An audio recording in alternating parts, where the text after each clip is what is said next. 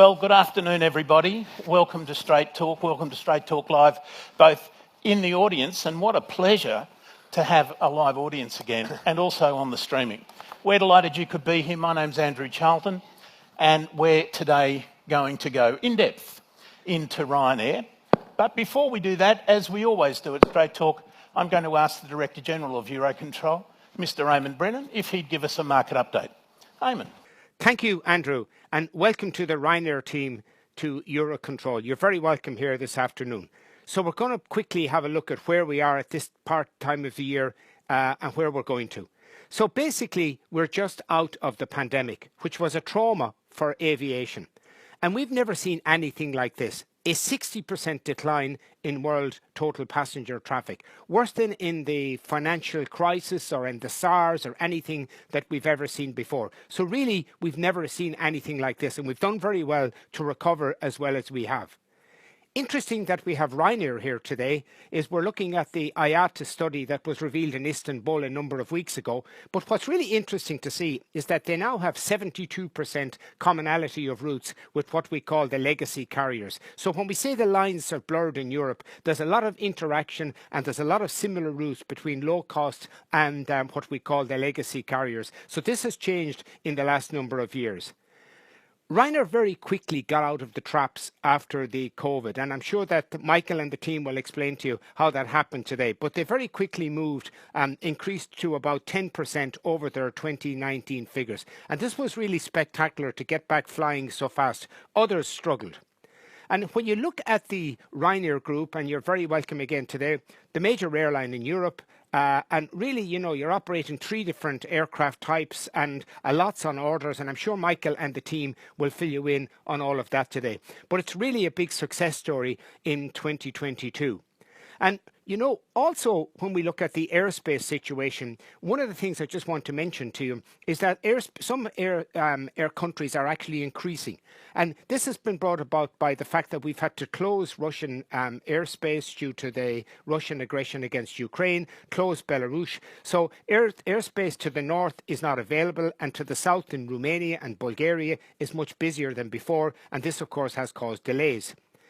Ryanair is the number 1 contributor for route charges, 713 million paid up to the end of October. And you can see there all the various airlines. But it's interesting when you look at the countries. You know, it contributes the most to France, Italy, Spain, UK and Germany. So this is a really important contributor to the network.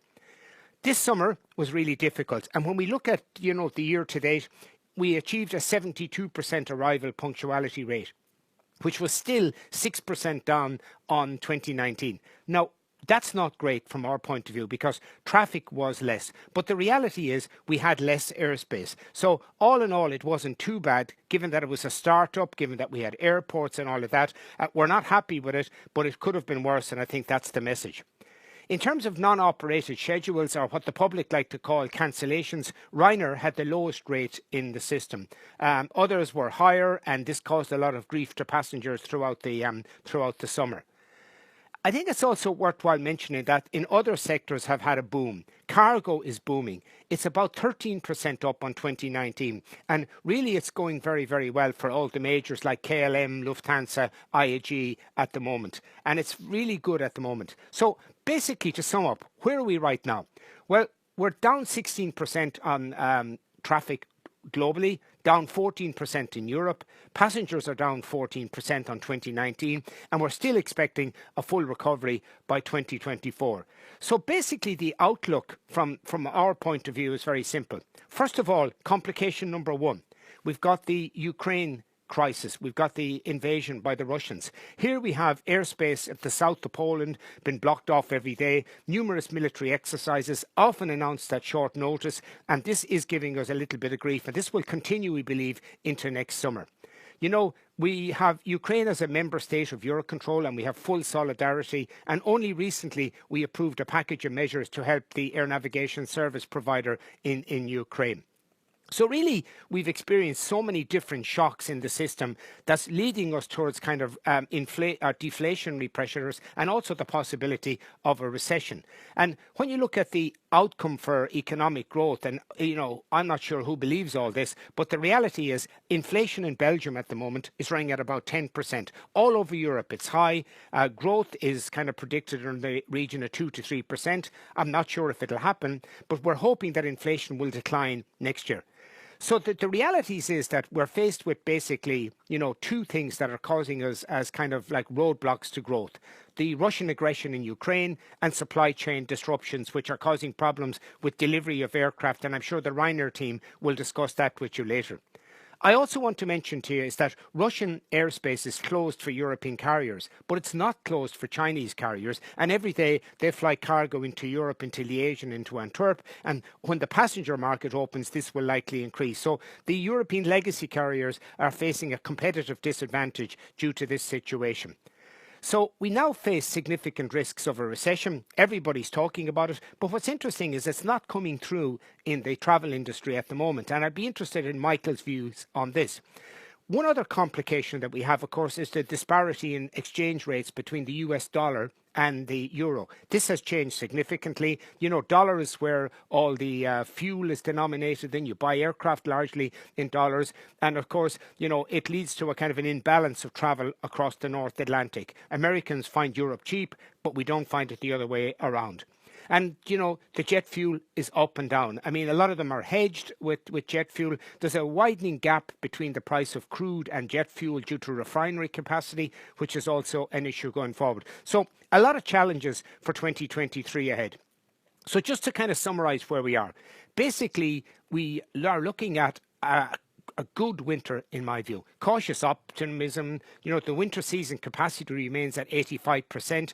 Very good bookings, and I'm sure Ryanair will confirm this for December, and also for parts of Q1 2023, particularly towards the midterm break and coming up towards Easter.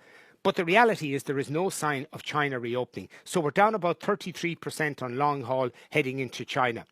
And the other thing from the outlook point of view is there will still be deliveries of new aircraft. And all of these will be newer aircraft that will contribute to sustainability. We've agreed on the CORSIA, we've agreed on the reduction of emissions and the Fit for 55. All of this is important, and we've got to deliver sustainability in our industry. But, in the next 20 years, 95% of the fleet will be replaced with newer generation engines, which will drop CO2 by about 20%. But we realise that's not enough, and we've a plan in place to deal with that. So for basically traffic in Europe, the situation is that we're still predicting a 2 to 3% growth over the next number of years up to 2025. You can see this from the Ryanair figures, but a minimum of 2% and probably a maximum of about 3%. So consistent growth is where we're at. So to really wrap it up, we think next summer there's going to be more aircraft in the system. We're still worried about airspace closures in the Ukraine and military exercises. We really have to get away from the strike situation, particularly in France, and we are working with the Commission to try and protect overflights. It's really important. Now, airports is also an issue which I'll deal with in a moment, and of course, working with the network manager. I want to mention to everybody in Europe something that's really important is there's a new entry-exit system which starts in May 2023, and the question is, are we ready to introduce this at the start of the summer season? So we're currently talking to the Commission and we're currently talking to the airlines and airports about this. If this goes well, it'll be great. If it doesn't, it's going to lead to long queues. So we've got to keep our eye on this new system that starts in May 2023. And beyond 2023, we still think the Ukraine situation is uncertain. We're not seeing any sign of any movements for peace or anything there. So I think you'll see more of the same for the next number of years. And of course, the European single sky has gone nowhere so far. We need to see improvements there. There's a 10% sustainability dividend there. So enjoy Michael and the Ryanair team, Eddie and Neal. You're welcome here to Eurocontrol this afternoon. Thank you very much. Thanks very much, Eoghan. It's time to meet the team. From my left, your right, I think, Eddie Wilson, who is the CEO of the airline. Michael O'Leary, you might have heard of him. He's the CEO of the group. And then Neal McMahon, who is the COO, the Chief Operating Officer. All that data we've had both on the video and Eamon's presentation. I'm going to start with you, Neal. You get about 500 aircraft out a day. Yep. How the hell do you do that? With great difficulty, that's underappreciated and underloved by the two people sitting beside me. I think you could say that a little louder. Yeah. Paid next. Look, we've been doing the same thing over and over for the last 25, 30 years. We have 90 bases across Europe. Every morning we have 10,000 cabin crew, 5,000 pilots, engineers, ground ops, all doing the same exact processes to get the aircraft out. So they work terrifically hard day after day, all calling in, dialing in at 9 o'clock on every single day to tell us what went out on time. So it's the rinse and repeat. We keep things very, very simple, 25-minute turnarounds, and go again every day after day. So you must have quite a large, what's the word I want, cohort of people whose only job is to make sure that keeps running. Yes, the entire operations team. It is the ops team. All we do all day is worry about punctuality. Get the aircraft out on time, and when an aircraft has a technical issue, get it fixed as quickly as possible and keep the passengers moving. And that's allowed us, as Eamon mentioned earlier, to keep the cancellations down. So while there was disruption this summer due to ATC delays, we kept the cancellations, we kept passengers going, and kept their flights as best we could on time. Wow. So, Michael, one of the things that Ryanair is really famous for, in fact, is exactly that, on-time performance and constant operations. Do you think that that's going to top out at some point? Is there a limit to any of that? I don't think so. I mean, we see this year we expect to carry about 168 million passengers. We have a plan over the next 4 years to grow to 225 million passengers. And then we're coming up with a plan for the following 5 years to keep that growth going. I think what's critical to that, though, and to the punctuality, is the people in this room and in the wider organisation. I mean, one of the big challenges we face this summer, and I think for the next 2 or 3 summers, is how we reform or bring about some reform of European ATC system, which is fundamentally broken. I think the team in Eurocontrol have done a heroic job this summer, and I want to compliment everybody in Eurocontrol. You know, it is underappreciated how difficult it has been with NATO blocking up the skies over Poland and some of Central and Eastern Europe, with Russia being closed and lots of flights being diverted down. You know, Eurocontrol has demonstrated, and the people in this room and in this organisation have demonstrated remarkable flexibility in keeping us flying. But we have much more to do. It infuriates me, certainly, that after 21 years of the Single European Sky project, no progress has been made whatsoever. But Eurocontrol and the individual airlines working closely together are keeping the system going, but there's much more we can do, I think, to improve punctuality in the next few years. 2 simple reforms we would like to see is during national strikes, you protect the overflights. The overflights under EU law should be protected. And we would very much, and we're calling, particularly wearing my A4E hat, calling on the European Union to separate the upper airspace and give that to Eurocontrol, make that a Eurocontrol competence so that you keep the upper airspace functioning while all our French friends are having their recreational strikes every Friday and Tuesday during the summer peak. Yeah.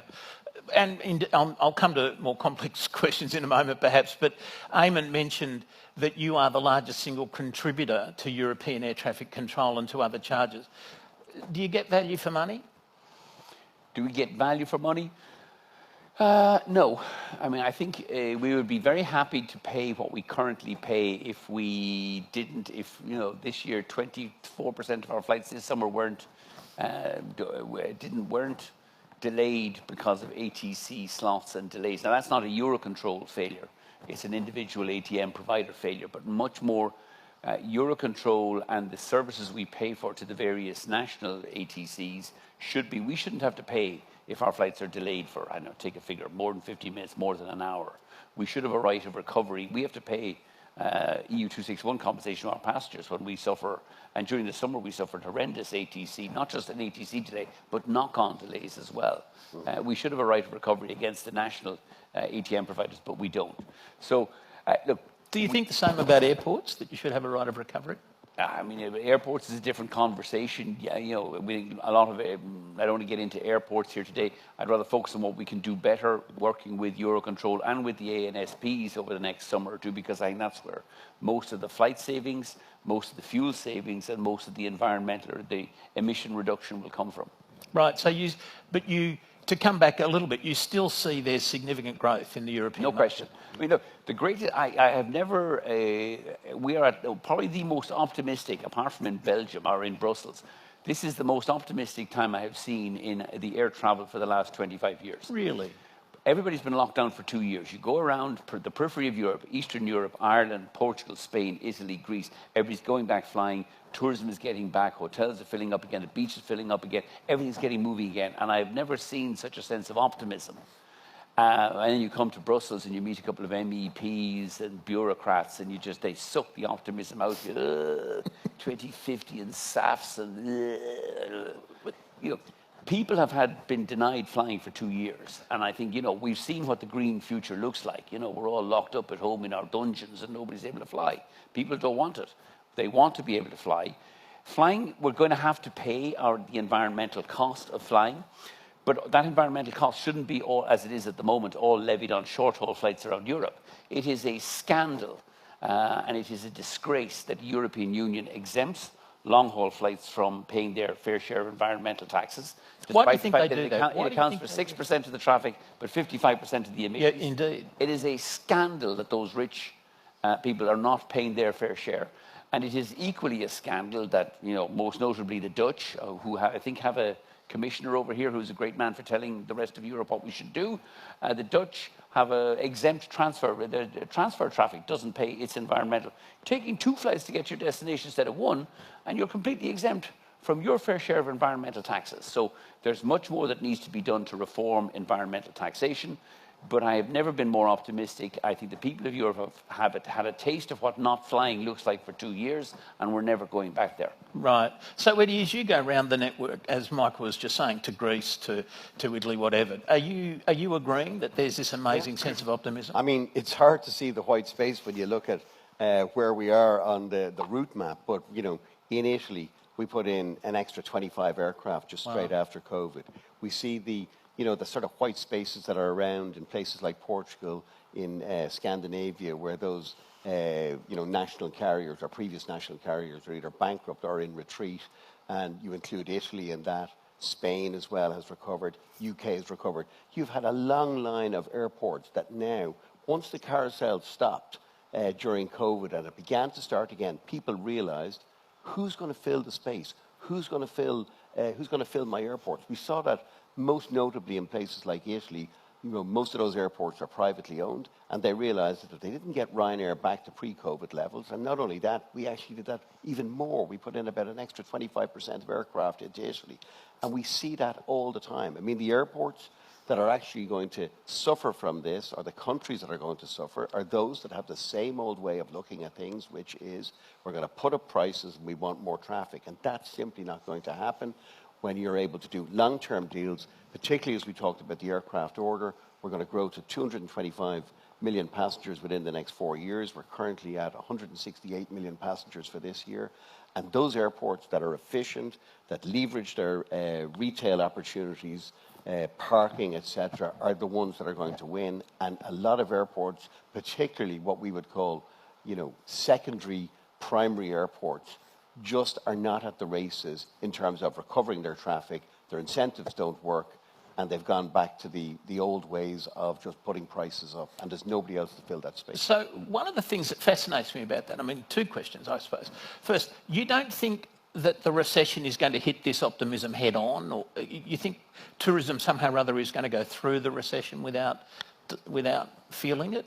Yeah, but like what you see here is, I mean, like this, recession is different this time round, I suppose, because we've got relatively full employment, and people have got savings as well. But if you look at, say, short haul market, which we're in, that's actually got smaller, over the last, certainly over the last 12 months. You look at what happened in Germany this summer.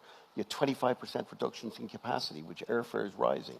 But what you've got with Ryanair is the lowest cost operator with the lowest fares. Yeah. So people in a recession whether it's air travel, whether it's supermarkets, whether it's cars, they migrate to the lowest cost operator. And in our situation, you've got the most modern aircraft. It goes on time, cheapest prices. Once you make that change, you're never ever going to go back to be paying 3 or 4 times the prices that you've done previously. You make it sound so easy. You just said that you're going to go from, I've probably got the number, you're going to add about another 60 million passengers, you think, in the next in your next period.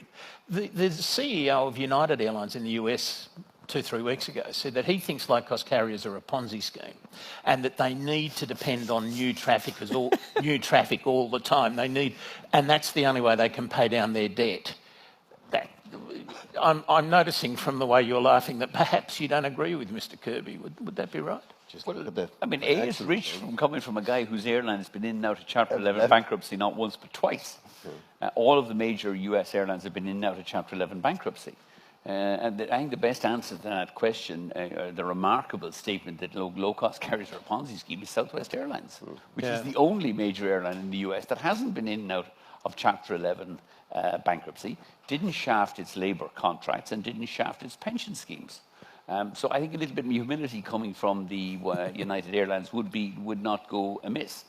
You know, there are flaky carriers out there. There are flaky low-fare carriers out there that will not survive or have not survived. Norwegian comes to mind; it imploded. There are flaky high-fare carriers out there. Sabina, is the one, the gift that kept on giving 75 years, never made any money. Alitalia, I think, is on its 74th year of never having made any money. Sorry, it's called ITA now. So there's lots of flaky airlines that are bankrupt out there. Now, no one would call Ryanair is not a Ponzi scheme. We're a very profitable airline. We have the strongest balance sheet in the industry, and we have the lowest costs in Europe. And I think so we demonstrate well-run airlines have a future. It's very important that we continue to grow strongly, because if we don't keep growing in Europe, everybody else is going to get screwed by Lufthansa, Air France, BA. I mean, I came down the lift here in Eurocontrol to see an ad, which I'm sure you've all seen in the building.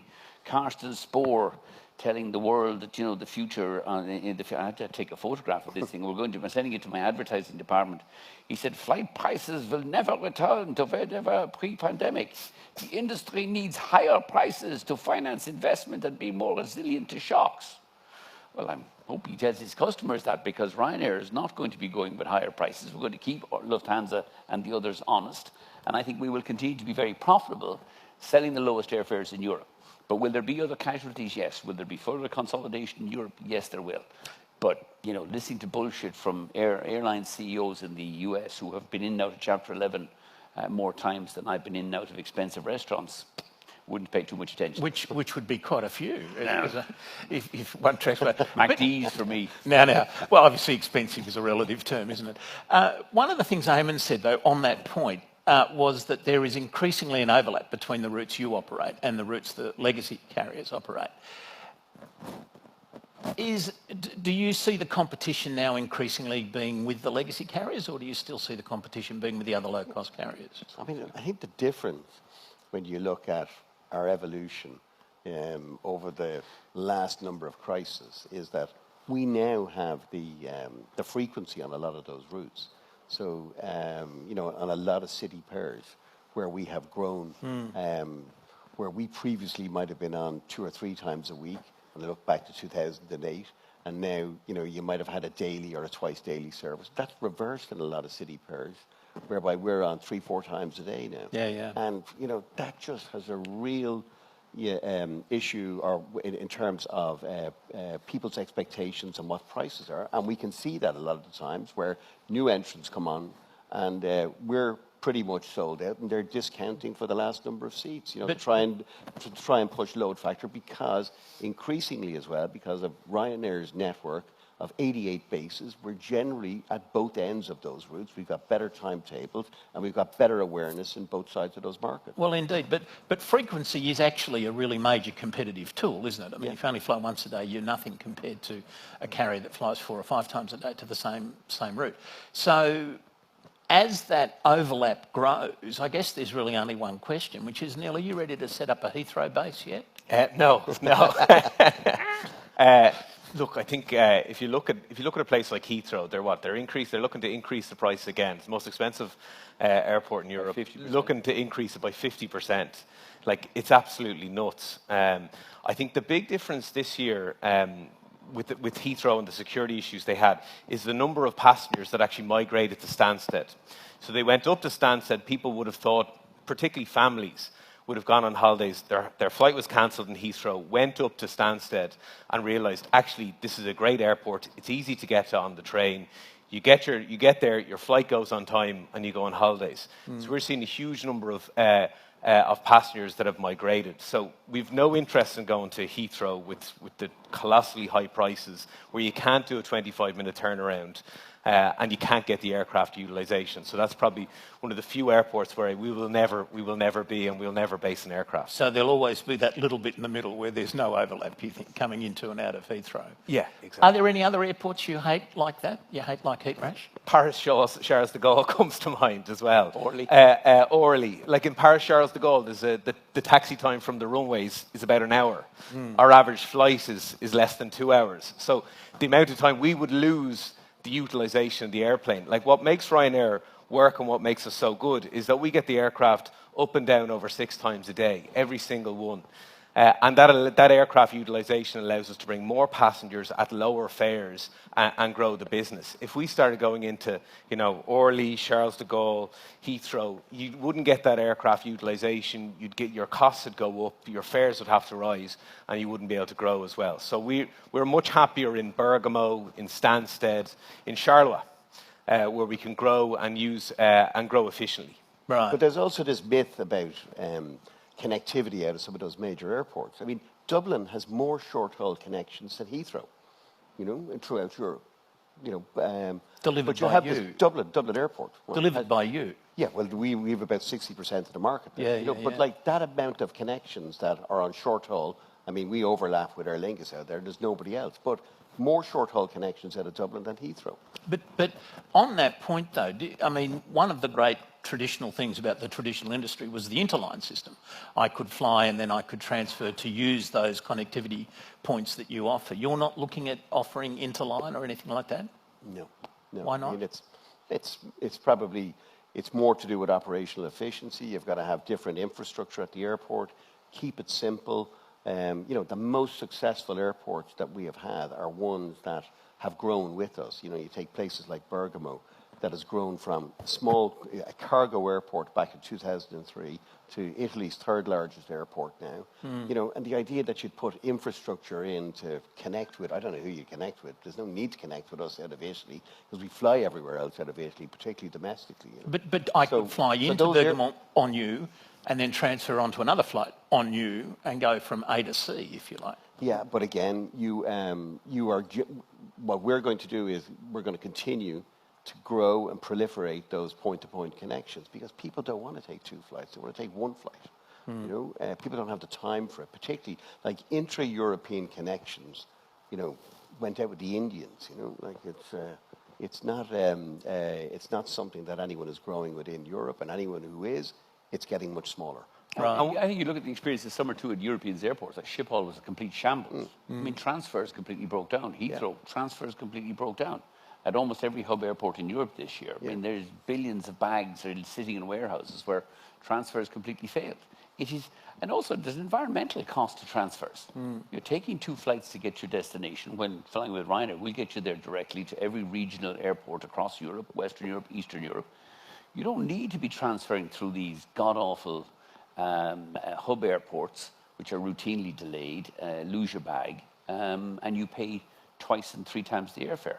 It is a much more environmentally friendly and environmentally sustainable way to fly low cost, point to point, and avoid these expensive and inefficient hub airports. Sorry. And the difference between us and obviously some of the legacy guys, we've got 90 bases across Europe. So we've got much more opportunities for connections. Like, the kind of legacy was you had 1 hub with all the airplanes and everyone had to get there to go somewhere else. We've 2,300 routes. We've over double the routes of anybody else in the world. Well, indeed. I mean, the legacy boys are stuck with the old regulatory structure, aren't they, of national bases and all those things, you're able to put a base in literally anywhere in Europe. Have you plans to put in bases outside of Europe? We have bases in Morocco. Morocco, okay. Yeah, it's worked well. We were flying to a number of countries outside of Europe, Morocco, Israel, Jordan. We're talking to the Egyptians, the Libyans. We were getting quite large in Ukraine before Putin illegally invaded the place. Do you think it we was were the personal first to you, airline back Michael, into Ukraine when we're told it's safe to do so? We're big believers in the future of Ukraine. You know, we're the largest airline in Poland, we're the largest airline in Romania, most of the Central and Eastern European countries. And I think Ukraine has a very bright future. Certainly aviation, Ukraine has a very bright future because the way they're going to have to rebuild that economy will be fly first because the roads and the bridges are all blown up. Well, but I mean, at which point you may have to ask yourself, are you interested in cargo as well? To get into?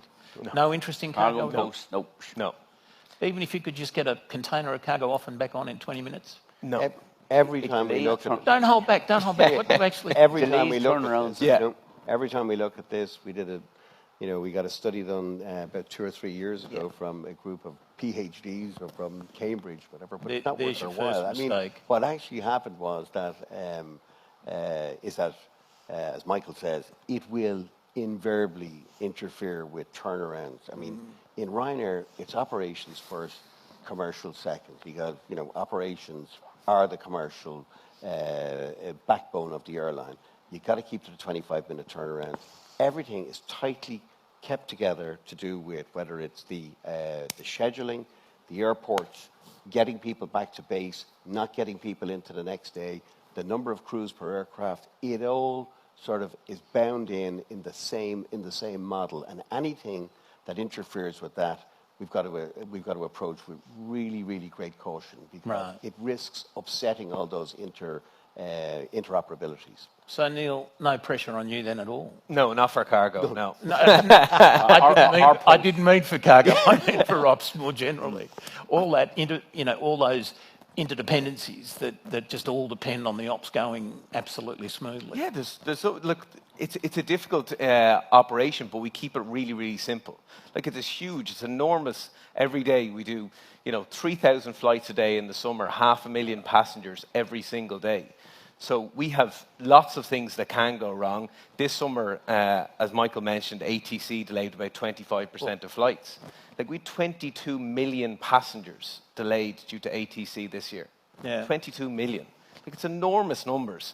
And something has to be done. And in fairness, the guys here, and I deal a lot with the network manager, with Jacopo, doing a terrific job trying to keep it all together. But it's a complete mess when it goes wrong. Like we had a day on the 28th, 29th of September where 9 French air traffic controllers went on strike. 9. And we had 100,000 passengers delayed that day. No, but the weather was rather pleasant, as I remember. The weather was, but we had a strike 2 weeks before. We had notice. We told passengers your flight is cancelled, and they didn't come to the airport. On the 28th, 29th of September, everyone was in the airport looking out, going, "Where's my airplane? Why can't I go?" The airplane was there. The pilots were there. The cabin crew were there. And we said, "Sorry, there's somebody in France that's not gone to work. Who can't fly." And the most difficult thing about that day is that French don't protect overflights. So you've got a passenger sitting in London, in Stansted, going to Madrid, and we say, "I'm really sorry, your flight's cancelled because someone in France is on strike." Like, that doesn't compute to people. People can't understand it. They just assume that it must be a Ryanair thing. So if we achieve one thing next year, is we have to get overflights protected.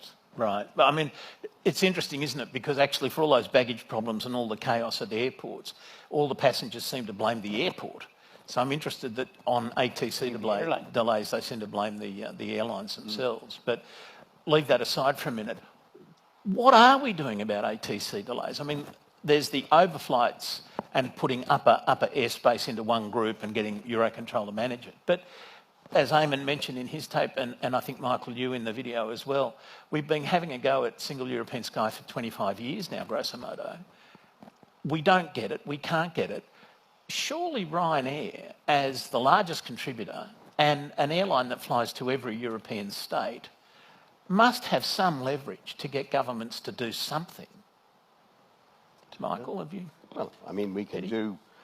We've been banging that drum for for many, many years. I mean, but again, you've got these things are rooted in sort of national politics as well, and they're not going to happen.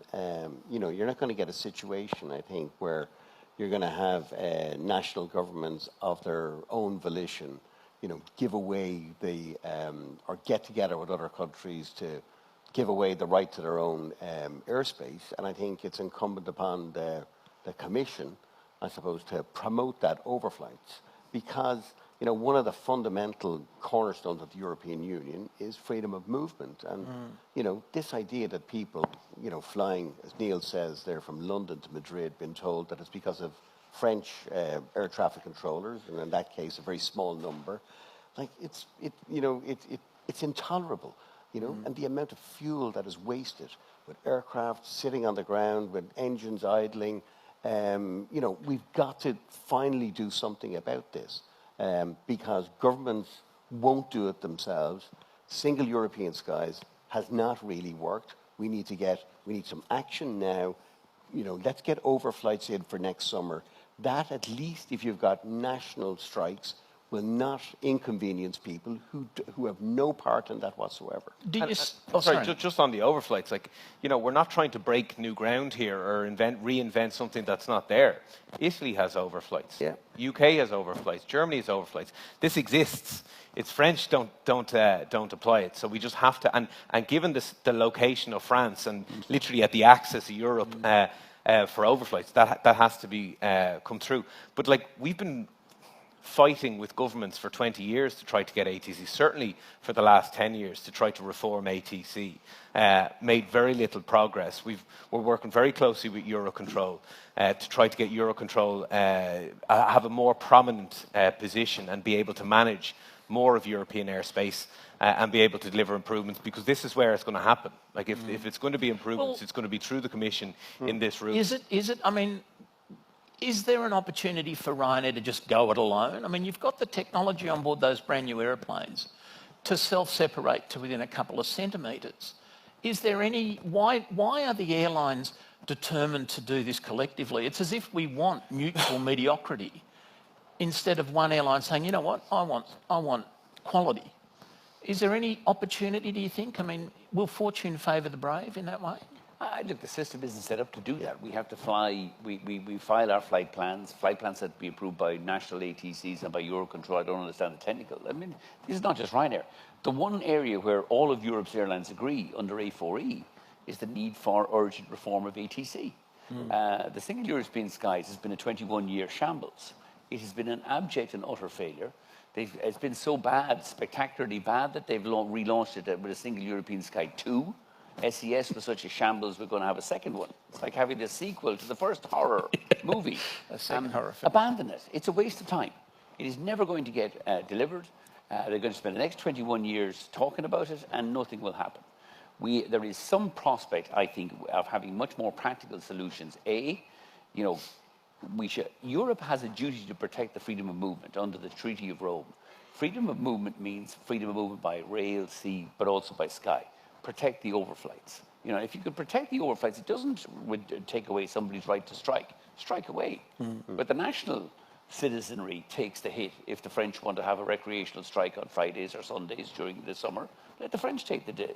But you can't be expecting the Irish, the Spanish, the Italians, the Germans, who are just doing innocently overflying France, to take all the hits. And that's what happens at the moment. The French, who are very clever, protect their domestic flights with minimum services, and everybody else's flights get cancelled. Yeah, right. So I think we should abandon SES. It's a shambles. It's yet another magnificent Brussels failure.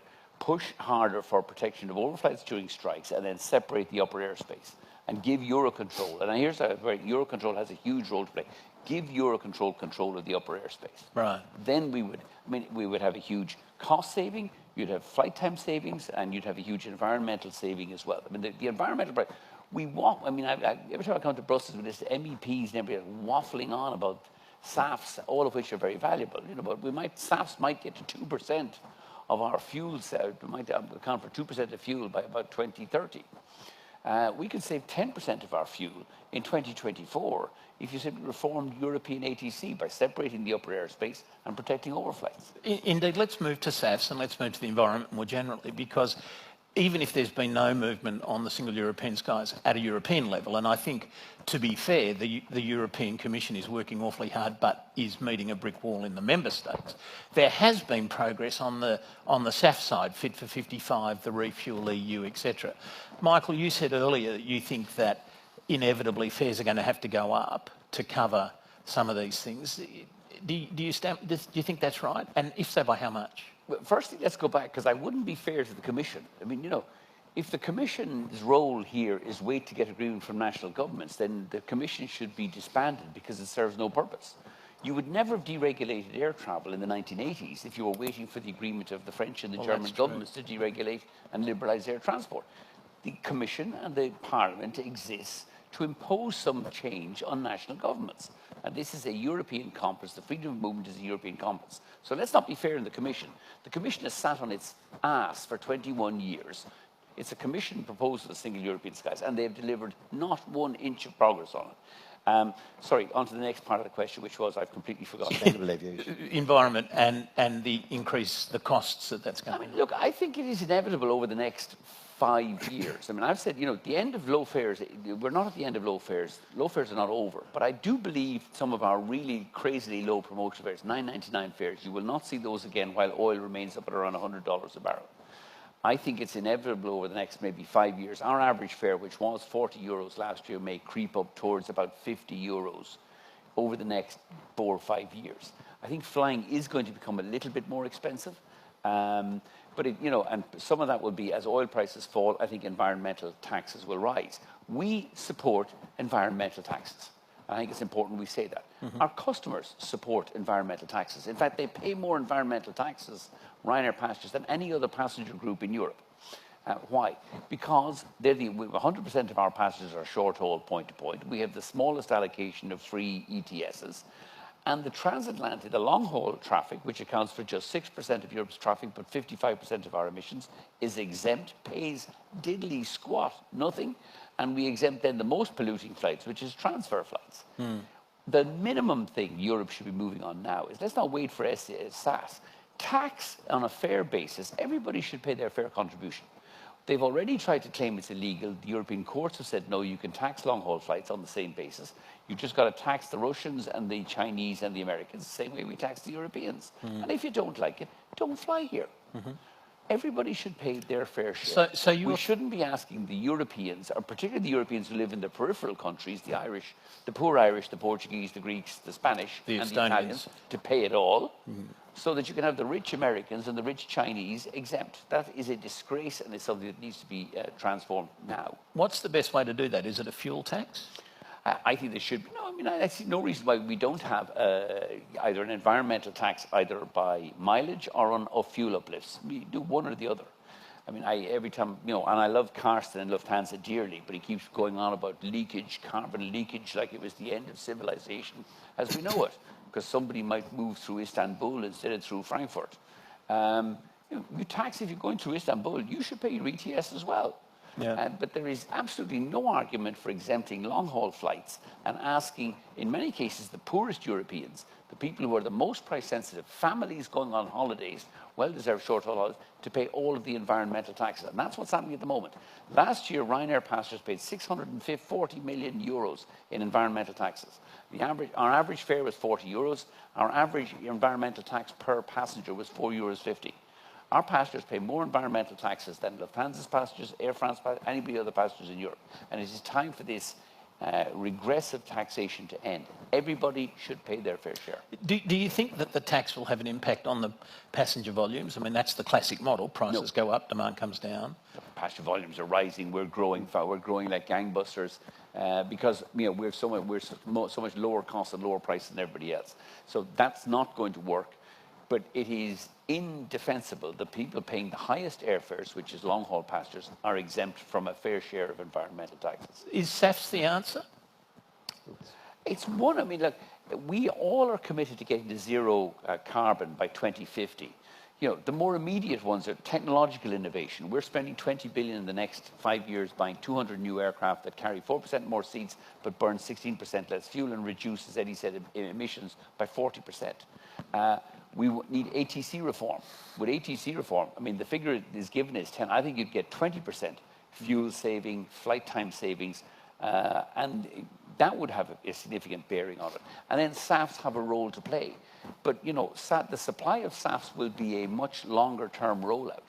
But let's do the immediate things first, which is new technology, reform ATC, protect the overflights, and then let's let all the other elements, which is SAFs, and SAFs have a role to play. We've signed up more SAF supply agreements than any other airline in Europe. We have a deal with Neste in Holland, OMV, to cover SAF supplies in Germany, Austria, and some of the Eastern Central European countries. We're going to sign up a deal with Shell tomorrow on even further supply. But our supply of SAFs is less than half of 1% of our total fuel bill. Well, indeed. I was going to ask Neil, the volume is still the challenge. The 160 tonnes that you talked about in the video, how many minutes of your operations will that cover? It's a small number, and the problem, as Michael said, is they just can't produce enough of it. Yeah. So SAF, you know, is it the answer? It depends what the question is. But like we're investing, like the other thing that we're investing in on the ground op side, we're investing hugely on electronic equipment, you know, electric pushback tugs, electric dolly, you know, all of this stuff. But it's small. The biggest thing that could be done would be airspace reform. That would deliver meaningful ATC or air carbon reductions. But to be honest, Andrew, it's just not sexy enough. No, indeed.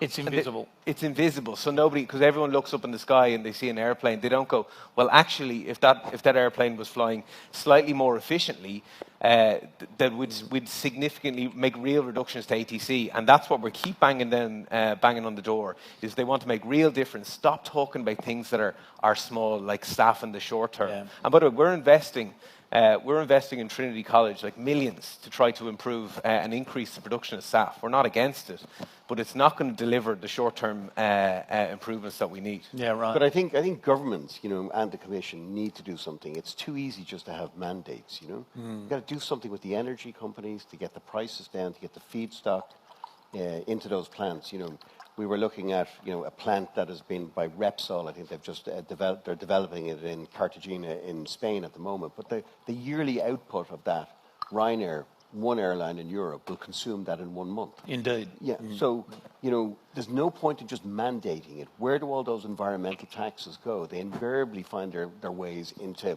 general taxation coffers rather than finding a way to get those energy companies you know, do what they've done in the States, whereby they can write off all their taxes. So in effect, subsidies for staff in California. And that's what we need here. Rather than just doing the lazy way, we mandate this amount. Where's it going to come from? Right. What's the unintended consequences of the feedstock, etc.? You know? Yeah, right.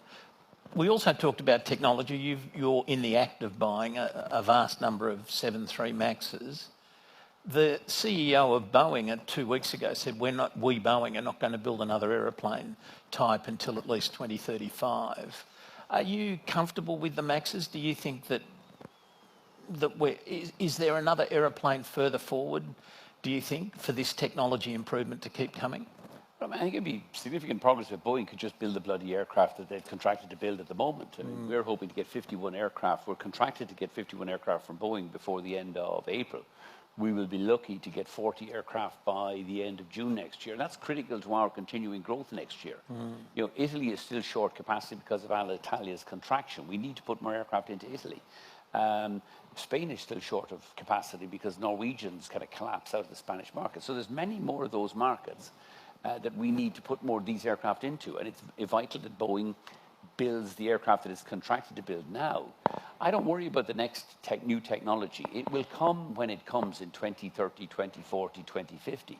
It will get there. But I mean, we shouldn't underplay the extent to which this technology is revolutionary. The fact that we can buy a new aircraft now that has 4% more seats, 9 more passengers per flight, but burns 16% less fuel and has 40% lower emissions. I mean, that is a step change. We call it a game changer, and it is a game changer both from an operating cost point of view, but also from an environmental point of view. So what would it take Airbus to get you to change to A320s? Drop their prices by about 30%. Right, as easy as that. We're a one-trick pony. We will buy the cheapest aircraft we can get because that's what we do. Right. Of course, it'd make your life a little bit harder, Neil, wouldn't it, while you had a mixed fleet? Well, we already have Airbus fleet. We have Lauda's and all Airbus fleet, Oh, of course.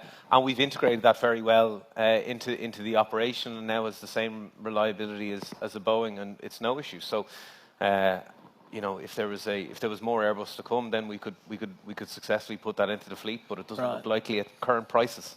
So we're just looking at a mere 30% reduction, and we're good to go. Yeah, easy as that.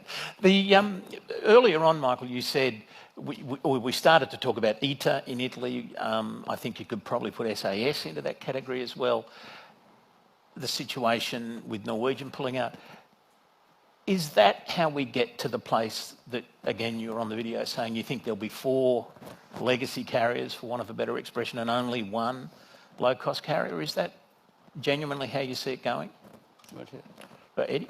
Yeah, I mean, you look at what's happened in terms of consolidation. As Michael said on the video, he's been talking about it for 10 years. We had this interruption with COVID where, a lot of the major carriers were bailed out yet again. And a lot of minor ones as well. Nothing has changed. So that is sort of, that has interrupted that process. But it's inevitable what's going to happen here. I mean, ITA has just got smaller and smaller and smaller. We're now the largest carrier by some distance in Italy. You look at Portugal, every man, woman and child has paid 350 euros for the bailout of an airline that's now smaller than when they started. And, it's, trying to eke their way out of having a national airline. I mean, taxpayers are not going to pay that again, and I think it's inevitable. The eye-watering amount of money in terms of subsidies that has gone in. And people will tire of this as well because you look at SAS again, recapitalized, Chapter 11.